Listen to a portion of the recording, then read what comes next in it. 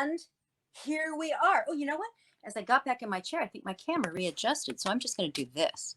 See if that works. Does that work? Yeah, whatever. Hi, everyone.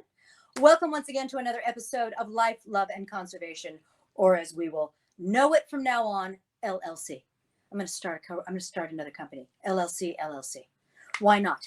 With your host, Carolyn Hennesy. That's me. Once again, we are brought to you by Wineville, makers of phenomenal aloe-based products. All natural aloe-based products, or pretty much natural. Let's just say, because I haven't done the deep dive just yet. But this is the product that I have started using this week, and it's KM caps, and it's potassium mineral supplement. And there's also calcium, and there's iron in here, and the ingredients are just roots and herbs and seeds, chamomile, sarsaparilla, licorice, thyme, dongquai. I hope I said that correctly. Passion flower, horehound, derived from natural sources. So I am so once again so honored that Wineville has decided to sponsor my little show. Now, as most of you know, we did not have a little show last week because I was on location for 2 weeks outside of Los Angeles, filming a fabulous horror movie called Wineville, and I play the big bad. So you just imagine awful things, and that's pretty much what I was doing last week. But I thought it might be interesting for our Life and Love segment to film me getting my makeup put on for this film, because they had to age me up, and they do. And I interviewed our makeup artist, Allie, and Allie is wonderful. And I asked her about life and love, and so you never know what you're going to get. So here's what she had to say. We're going to roll a clip, and that's going to be our first segment. And I hope you enjoy it. This is me getting made up to look really old, on the set of Wineville. And I got to tell you something. The first 4 minutes, the sound might be a little off because where we were filming, it was the surface of the sun. So we had to have the air conditioning on, and they bravely turned the air conditioning off while we were recording about 4 minutes in. But man, that was a sacrifice. All right, here we go. Enjoy the first segment of Life, Love, and Conservation. Hello, everyone. Carolyn Hennesy here for this episode of Life, Love, and Conservation with your host, Carolyn Hennesy. And as you can tell, I am in a makeup training. Yes, the lovely Allie, who is the makeup artist on this film called Wineville, which I am doing. And many of you who have seen my Instagram posts know that I don't look like me. When she's done with me, and when Kylie, who is actually manning the camera, manning the phone right now, that's Kylie, when she gets done putting the wig on, which you will also see. So we thought it might be kind of fun for those of you who've never seen something like this to see how I go from looking kind of good to just looking awful. So Kylie's already put the wig cap on me because I have a gray wig, hairpiece. Wig. It looks kind of like an animal crawled on my head and died, and that's only because of the wig. Kylie's a genius. But we've established that my character Margaret wears a wig, so now we don't have to freaking worry about it anymore. So here we go. Yes. Say hello to the folks. Hi, Allie Rose Beauty. Allie Rose Beauty. Some of my processes start off with Danessa Merritt's number 2, really great for coverage, full coverage, and for making Miss Carolyn look old. She does Old. beautiful skin. It takes a lot of work. Thank you. Lots of work. Yes, right. 3 things go on this face to make me look old. 3 things.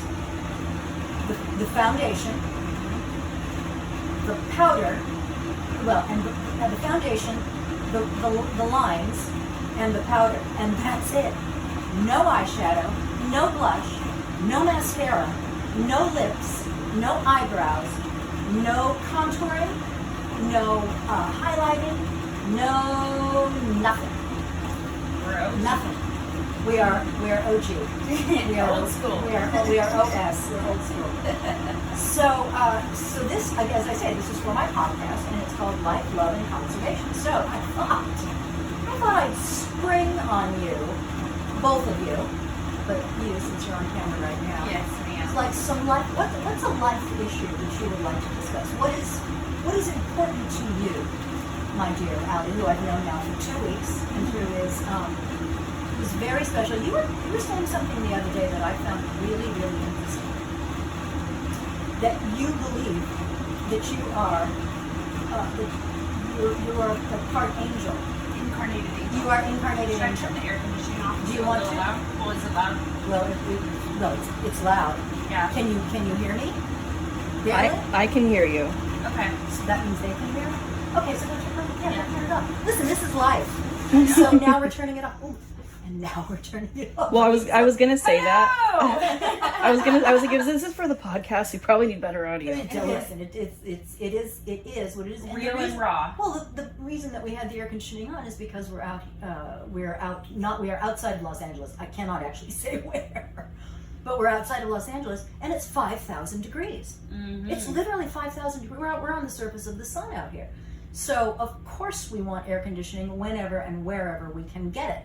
And I mean, it's no joke. So I hope you all understand that. That's why. Yes, as we start That's having why. beads of sweat come down. Exactly. We'll Yes. see. Right. I know.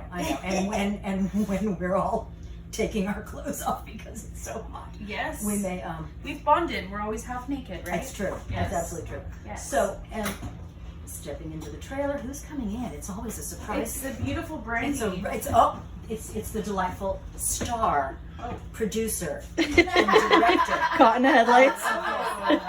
Yes. And by the way, she wakes up, motherfucker, looking like Oh yeah. She wakes up looking like this. No, she really does. Uh-huh. She really does. Yeah. Yeah, we need her. I've had to embrace my inner old woman Ugh. in order to be able to wake up in the morning after acting opposite this. Anyway, so that's why we had the air conditioning on, and I don't know, maybe someone can figure out in post how to take that air conditioning sound out. If not, again, life. So you were telling me the other day that that you believe that you are a reincarnated or an incarnated angel. Yes. Talk about that. Well, we went to a psychic dinner Mm-hmm. with a group of my friends who are in the events industry, and we saw, I believe her name is Kelly McClure. She's a medium. Mm-hmm. And Promo. Oh. Marketing. And she went around and did a reading as we had our 5-star dinner. It was really nice. Hmm. But she came around and did readings, and she said there was 2 of us in the room that she said were incarnated angels, and that she saw our wings, and that we came on Earth to protect the weak and to take care of the human race And to help. and to make a difference. Yeah. Yes. Yeah. So I actually do 100% live my life like that. And that's part of the reason why I do makeup, is because I like to make women look good and feel good. And although I've been in corporate America and I've been in, the banking industry and financial industry, I wasn't able to make a difference. And so here I get to actually be with women and talk to them and talk about their problems and, just kind of be a voice. And so not only do I get to make them feel good on the outside, I get to make them feel good on the inside too. Because as any lady knows out there who goes to see a hairstylist or a hairdresser, that's where you divulge your innermost secrets. That's where you take this, right, Brandy? You take the stress, and it's almost like a confessional, and the ethical ones will never reveal what you've. I mean, every customer's issue is private and sacred, right? 100%. And that's the same with. I mean, it's a little difficult in a makeup trailer because you've got 3 chairs. So You don't get a lot of privacy. no, it's only something really, really, meaty or profound or heartbreaking. But Or after, we just know each other's shit. or after 2 weeks, because a film set becomes a household. and a family. And so everyone in this household is a family. We're all family. So, you know, 100%. we all know a lot of things about each other. It's not always instant intimacy, but after days and weeks, you know, you just, especially if you're on a film like this and you are doing some of the things that I have to do. You know your demons. Yes. Know your demons. Enjoy them. Yes. Love them. Take them out to dinner. 100%. Right? So we all get to, but you as an esthetician, because you deal with the aesthetic. Yes. It's like you're almost like a priest. Yes. Right? 100%. Goodbye, everybody. Goodbye. See you She later. looks like that. Getting up out of bed. She looks Bye, like Daisy that. Duke. Bye, baby. See you on set. Okay. To torment you. Yes, you will. Yes, I do. I torment her. Mm-hmm. God bless her. Talk about an enterprising young woman who has actually kind of taken control of her life. Boy, she's a realtor. She's a producer. She's a writer. She's a director, and she's a lovely actress And a fabulous mom. and a fabulous mom, which is very hard. That's probably the primary thing. That's what I was going to say. Yeah, Another topic is trying to figure out boundaries and trying to juggle it all. Like when I'm here 12 to 14 hour days trying to be a mom, and she juggles both. Right. It's definitely hard. Exactly. Balance. Exactly. Balance. Balancing. Yes. Yeah. 100%. That's actually being, when I go see psychics, because I can't read my cards, my tarot cards myself, and yes, I do read them. But I find it very difficult to read for me. But like I'm always searching for balance, We all are. So talk more about how it manifests for you, or how you manifest this giving back. Because we'll talk about that in a moment. Only because remember what I told you, that there is a Hindu word for somebody like you. Yes. And that is the term bodhisattva. And a bodhisattva is a being whose soul, spirit, has reincarnated so many times, because you can't learn everything you need to know in one go around. God only knows. Or I should say universe only knows. And so they've been here so many times that they have transcended, and they don't need to be back here again. They don't need this earthly plane, but they choose to stay here. They choose to come back and take physical form to help, to be a guidepost, to be an inspiration, to be a tutor to the rest of us. 100%. Poor sons of bitches. So, and I think I've met one in my life. I think I've met one, or someone who was this close to being a bodhisattva. But you, okay, now watch this. Watch this, guys. Using the Bobby Brown Foundation. Using Side Bob- note. Side note. ADD. Marketing. Yes. So you would consider yourself close to that, if not that? Yeah. Yeah, I would. I don't like to eat anything off the bone because I can feel the pain of like killing an animal. Okay. I don't like to kill insects or step on bugs. Okay. I always apologize if I feel like I'm in the wrong. Like I don't like to hurt other people. I am very protective. So if somebody was to hurt somebody, I'd be the first one to step in, and I'd take a bullet for somebody, I guess you could say. Okay. Let's pause there. Would you take a bullet for anyone?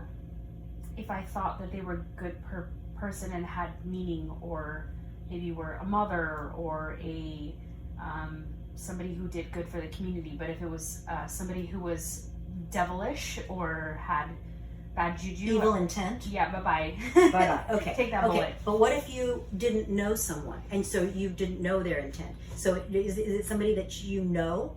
Would you have to know them? Maybe if I could feel their energy. I mean, Okay. I'm pretty much an empath, and so I can feel people. Okay. And so if I felt that their energy was there, or that they were going to be in pain and suffering, yes, I probably would. Right. Okay.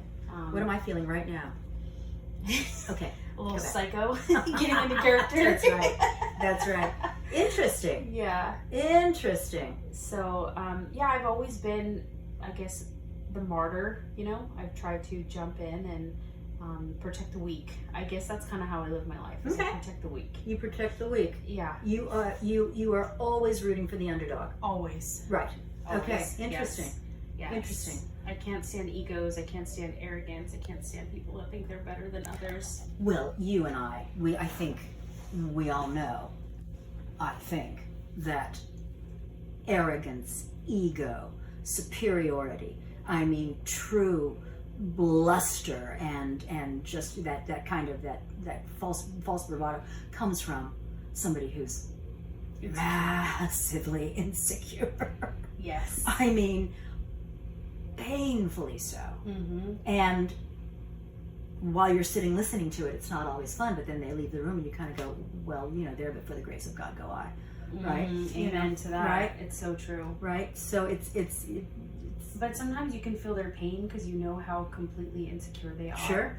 Sure. In that, somebody needs to be like, hey, you're kill people with kindness. And I think that's a lot of what's going on in our world right now is people are not putting themselves in other people's shoes. Oh they my don't God. show empathy, and everyone's just angry. And Well, that gets you nowhere. The saying you can catch more flies with honey than you can with vinegar. I live And by it's like that. we're drowning in vinegar right now. Yeah, turn off the goddamn news, live your life, enjoy your family, and figure out how you can make a difference to change the mindset of the whole world. It Well, takes one thing. one Just thing. Start. One thing. Mm-hmm. Which is why your energy is fabulous. Oh. No, really, you're like a wealth of knowledge. I see you at the lunch tables. You switch and you sit at different tables, so you engage with everybody. So you don't just sit with the talent. I watch you. I see Actors you. are just awful. Actors, except for Brandy. Brandy's lovely. No, Well, a lot are. Well, listen. Anyone who knows me fairly well knows that my philosophy is, as on a movie set. One of the creeds I live is that the crew is the lifeblood of the film. 100%. And actors are totally expendable, Mm-hmm. completely expendable. But the crew they will work harder in a day than I will in a year, and they're smarter and better read and more well educated and kinder and more ethical and sometimes more moral than any 10 actors I can name. 100%. I give. So yeah, I like being around real people. Yep. You know what I mean? 100%. Listen, some actors are lovely. Yes, but percentage-wise and stereotypically. And I mean, I can say it, but coming from me, but you can say it. Well, if you choose to say it. So, Yes. if there are any actors out there, I'm sure you're the good ones. Yes, or if you aren't, figure out how to be the good ones. It's never too late to make a change, right? Right. Exactly. We say the same thing about people in our industry. Hair, Other hairstylists, ego. other makeup artists. Turn it around. Let them see you. That's the delightful Kylie. And she's young and wise. She's very young and very wise. Not very young. She's not 12. She's a But baby. She's a baby. I'm 24. 24. Yeah, that's young to me. She's a baby. God, we love her. But we love her. She's Yeah, an old yeah. soul. She definitely is. 100%. All right, so we're gonna switch off, and then we will come back and show you the finished product in just a little bit. Okay? All right. So we'll be back. You're on, Carolyn. Oh, I am. Oh, I am. Here I am. I'm just looking at my toes. I'm just playing this and that. I'm kind of looking around in what I call my flop house. Well, that real me. That's real Carolyn. Thank you Carolyn. for letting me know that I was once again on. And are you on screen, producer Eric? I am on screen. Fantastic. I neglected to acknowledge you at the top before we played the clip, so I must acknowledge producer Eric and all that he does for this podcast. Without him, it goes nowhere. It simply wouldn't get done. So thank you, honey. Thank you once again. And now we come to our Let's Talk Conservation segment, and I'm honored is that's far too mild a word, although he will sort of scoff at that. The man who created really truly created Carolyn the Advocate, Carolyn the Animal Advocate, and pushed me in the right direction, made me focus on the correct things, made me see the light in terms of real solutions, real problems, advocacy, conservation, preservation, was one of the inspirations for me going to Cambodia and Thailand on a documentary, and then was also one of my co-hosts on my previous Animal Magnetism, the alpha and the omega, as far as I'm concerned, of the animal advocacy world, Dr. Grey Stafford, my dear, dear friend. Hello, my friend. Welcome. It's so lovely to see you. I almost feel like we're in the same room together, and I love your new studio pad there. That's awesome. I know you had some trouble getting it together. It's so groovy. It was hard won. Yeah. And we still don't have air conditioning out here, so I'm glowing in the middle of summer. But this is the perfect place to do this. Yes, you've got to bring your fabulous wife and lovely wife Karen out here, because there's all the comforts of home. We have a little soaking tub over here. We've got, the commode and the sink and the bed and the shenanigans. We have a closet. So come and, stay for a day, stay for a week, whatever. Yeah, awesome. You got to come out. It looks lovely, and it complements your lovely garden that you have, your little sanctuary there. So yes, indeed, indeed. Congratulations. I don't ever want to leave. I now have a fountain, like a kind of a New Orleans-esque fountain at the front of the house next to the door. So this is all, it's all very French Quarter. It's very Crescent City, big, easy. Nice. So I, nice. There. But enough about me. It's good to have your happy place finished. My happy property. And What's going on in the world? What's going on with you? And how many episodes do you have now of ZooLogic? We just dropped today our 221st episode. Oh my God. And I think, was I your first guest? Of course you were. Yes. Well, and it's one of our highest downloaded episodes creation. Say that again. It's one of our highest downloaded episodes historically. It still gets downloads 5 years later. Wow. Yeah. It wasn't 5 years ago. We just started our 5th season. So you're right. It's like 4 years and a month or two. So it's, And I think the thing that I'm most proud of is, as you know, audiences like predictability, right? They like to know when Diane's going to be on General Hospital or Carolyn's going to have her new show on. Right. And so being able to do that show week in, week out, it's not 15 years on General Hospital, but it is a commitment, and one that I'm proud of, because we haven't, knock on wood, missed a week yet. I am so proud. And listen, I'm 4 weeks into this, and I missed a week. Yeah. But I was filming, and I think the audience they will understand that. And of course they can always look at past episodes, but I was filming and I was being awful to people. Yes. and then of course I get comeuppance, but everyone has to watch Wineville. Anyway, so we sort of made up with it with the first clip, with showing me getting into the age of Margaret Lott. And people love to see the behind the scenes of your work life. I mean, that's fascinating stuff. And for someone like myself who, watched General Hospital when I was a little boy, and then again in college, and then again, midlife, it's fascinating you almost feel like the people who are on this show. Our dear friend Andrea, who was on Animal Magnetism and helped produce that show for years, was a writer on the show. So you kind of have this, the sneak peek of behind the scenes in a show that's been on for 50 some years, I guess. Yeah, now, so. Yeah, it's true. It's true. Listen, and if people know us, if people know our characters and we can relate to our characters, then we're doing our job, because we're in their homes.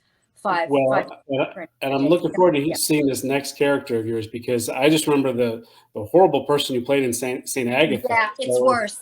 It's worse. You get the sense it's worse. Much worse. Yeah. Much worse. Yeah. So my friend, let's talk animals. Okay. You talk animals on ZooLogic. Everybody check out Grey's podcast, ZooLogic. We will tell you where you can find it in just a minute. But let's talk about the animal world. What's new, thrilling, exciting? What's good? What's bad? What's happening? Well, what's interesting, we've all kind of persevered through COVID, and I think by and large zoos and aquariums have emerged from that terrible time. Some in much better shape than others. Some are still kind of struggling to kind of return to those revenues and visitations because of where they are located in the world or the country. Sure. But generally speaking, I think zoos fared pretty well once we got through the initial catastrophe. And zoo attendance has been phenomenal in those areas that have rebounded earlier. Record attendance in many cases. My former facility, record year last year, which is extraordinary, and also I think points to the value that zoos and aquariums bring to everyday families. When you couldn't travel across the ocean, you could go to your neighborhood zoo and feel like you're a normal family again. Right. And I think that's a large part of why attendance has rebounded so nicely. And I also think it's an endorsement for the good work that zoos and aquariums do, because when revenues go down for zoos, those revenues also go down for third world conservation organizations, which also suffered greatly during COVID because of the human costs, but also the financial dollars that just weren't coming from nonprofits and from tourism dollars. Things are improving, but obviously there's going to be some recovery time still for some reasons. I know at my Los Angeles zoo, which you know, of course, very, very well, people had to tighten their belts because the one thing they weren't going to do is let the animals suffer. No animal suffered. No animal knew that there was COVID. They just knew that there were not a lot of people for them to look at, interact with, prance and dance for, preen for, throw poop at if you're a chimpanzee or a gorilla. Anyway, but the animals never suffered physically. They never went without anything. And that's because people at the zoo tightened their belts. They weren't getting those revenues. They were having to dip in. And so, sacrifices were made, but never for the animals. And I know that with a lot of certainly the AZA accredited zoos, the ZAA, again, not your average red side attraction, but that's the way it was for most zoos. It's because, again, the people who work at zoos, as we know, don't do it for the money. I was always in it for the money, Carolyn. I know, because you live like a king. I call you money bags. Money bags. Yeah, that's you. They're not in it for the money. They're in it for the animals. And you're absolutely right. I think attendance is up, therefore revenues are up, because when people started, this was like, a few months ago, when people started being able to go out again, when the mask mandates were lifted, the indoor and outdoor mask gone, people rushed to their nearest, amusement. And it's just fortunate that the zoo as an amusement also happens to be educational and enriching. But they rushed out. So I get it. I totally agree. Well, and I also think it's a good reminder for local politicians and other organizations to remember that zoos and aquariums are great community assets. Whether you're into animals as much as you are, or Eric or myself, the fact of the matter is these are places of entrepreneurship, tax generation, and put people to work. And so even if animals aren't your calling, zoos and aquariums provide those almost recession-proof attractions, your word, for families to go and enjoy themselves when they can't afford to get on a plane, because plane fares are twice what they were a year ago. So it's important to support them in good times and bad, because they're there to support us too, and we need somewhere to go and feel normal like a family. So exactly.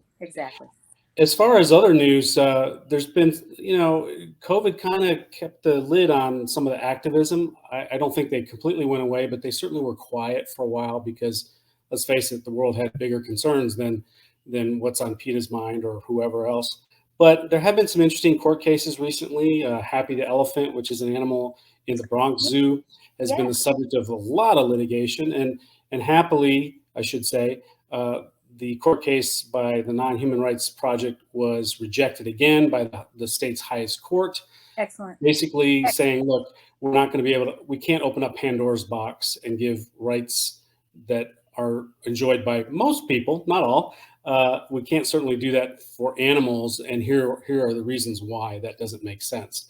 And so hopefully that puts that case to bed, at least for a little while. I'm sure they'll refile somewhere in some more favorable court.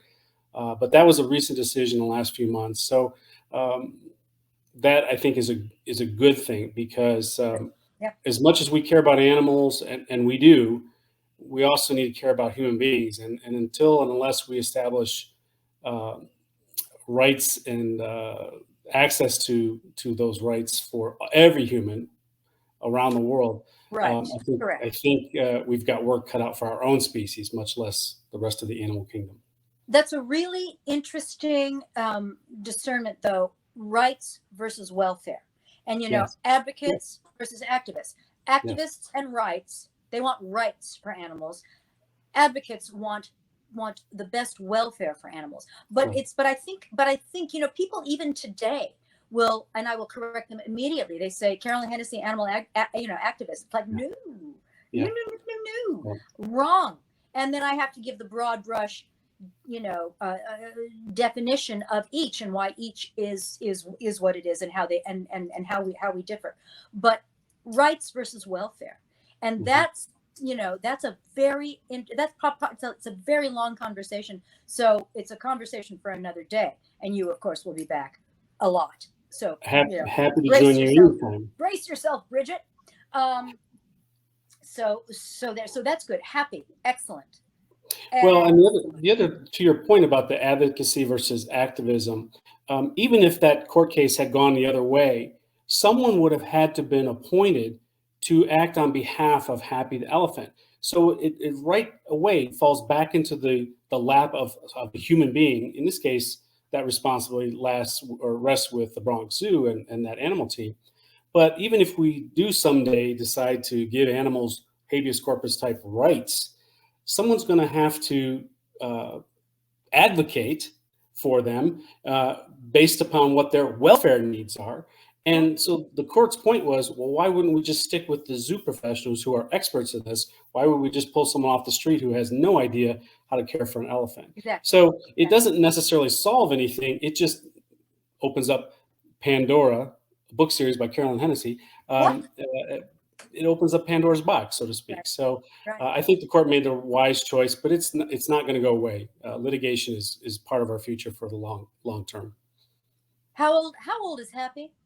Do we know? I think she's in her late 40s or 50s. She's not a young girl, and that's the other concern, which is you're going to disrupt the life that she's known for Right. most of her life, Right. on a whim of an organization that really isn't Doesn't care qualified to about care for. animals in the slightest.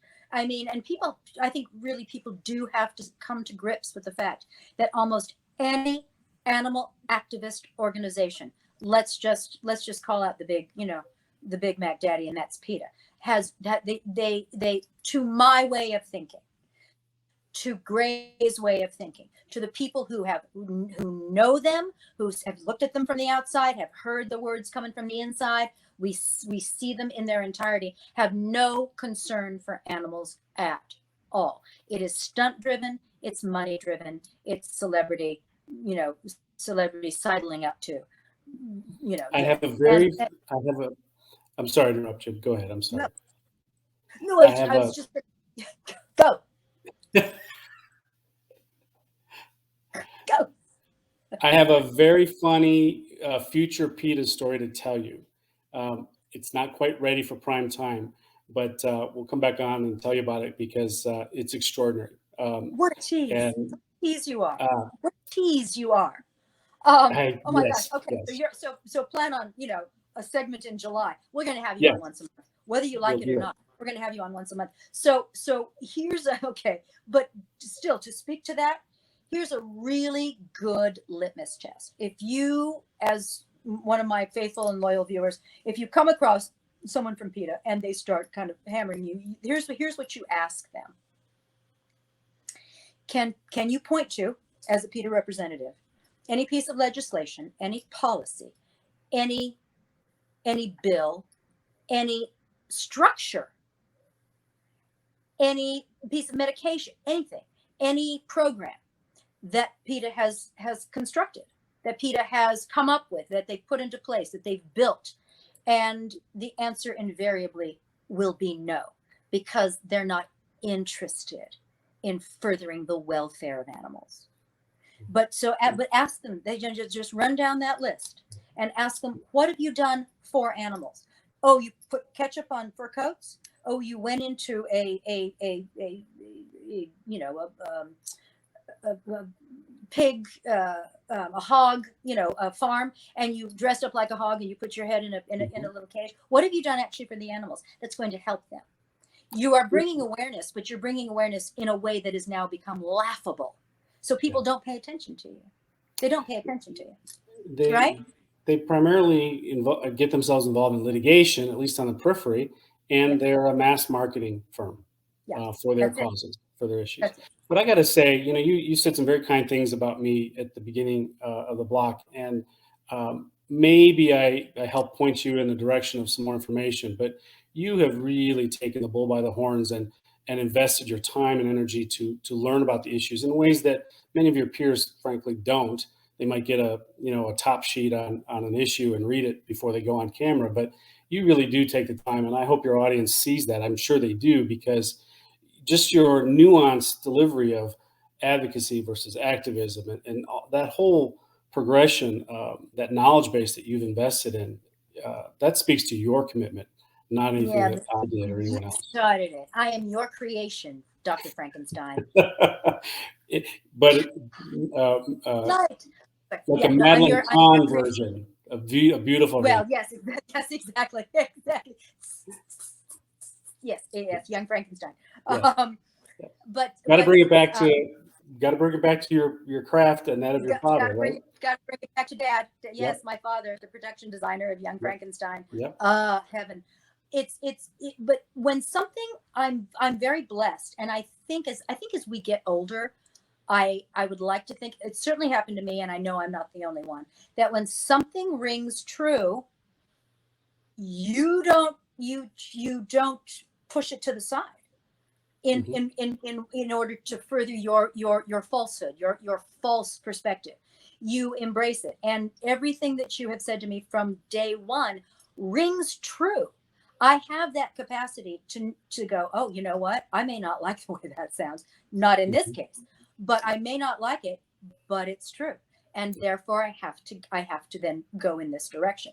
So it was just glorious, when you kind of go, oh, really? Because advocacy is fact based.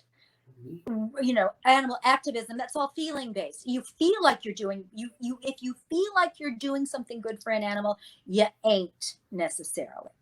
You ain't. Well, you might be, but you got to get smart and know the statistics, know the numbers, know the facts, know who's doing what, know what's in the works, know what's in the pipeline. So and know the areas of improvement that are necessary, right? I mean, I think hopefully that's the one thing that my audience takes from our shows is I am not opposed to calling out a zoo and aquarium that's not measuring up. And to me, the best measure of an organization is, are we constantly trying to improve, or are we satisfied with what we did yesterday? And for me, the really quality institutions and the quality professionals are the ones that are like, yeah, that was fine. That's based on what we knew then, but now we want to get better and do better by the animals. And advocates, I think, recognize that we aren't perfect. No. By no means. I can walk through any institution and say, I would fix that or I would change that. Yeah. But if the overall mantra is we're going to continually improve for the animal's sake and for the guest's sake, then to me, that's the measure that they should be judged by. Exactly. And that's going to kind of be our final word for this segment, for this show. Let me just say that let's extrapolate that, folks. And if you, as somebody who just is walking through your local zoo, if you see something and you have a question about it, if you see something and you think, well, that doesn't look right to me, find your nearest keeper or trainer or staff member and say, I have a question about this. Is this good for this animal? What does this mean? And if they don't provide, if they can't answer you, go over their heads, do a little research, take a picture, figure out what it is, and then because it might be perfect for that animal, but then again there might be something wrong, and you might be the one to bring their attention to it. So there you go. So and because the best zoos and aquariums always want to strive and improve. So thank you, my friend. Thank you so much. It was a pleasure. I'd love to come on your show pretty soon. Sounds great. We need to know what's going on in your life and what future projects you're working on. Yes, exactly. How I'm killing people. Oh, did I say that? All right. Thank you, everyone. We'll see you again, my friend. We'll see you again. Thank you so much. That's it, kids. That's it for this episode of Life, Love, and Conservation with your host, Carolyn Hennesy. That's me. We will come at you again in a week with another episode. I'm going to try and be as fastidious as my animal advocacy mentor, Grey Stafford. He does his podcast and he's never missed one. And, I already have. So we hope we learn. We hope we grow. And we will see you again next week. Stay with us. We're only going to get better. Thanks once again to Wineville for sponsoring the show. Aloe products, check them out. Get them. I love them. I drink this energy drink. I think it's called Extra, and I'm literally flying to the moon in a good way.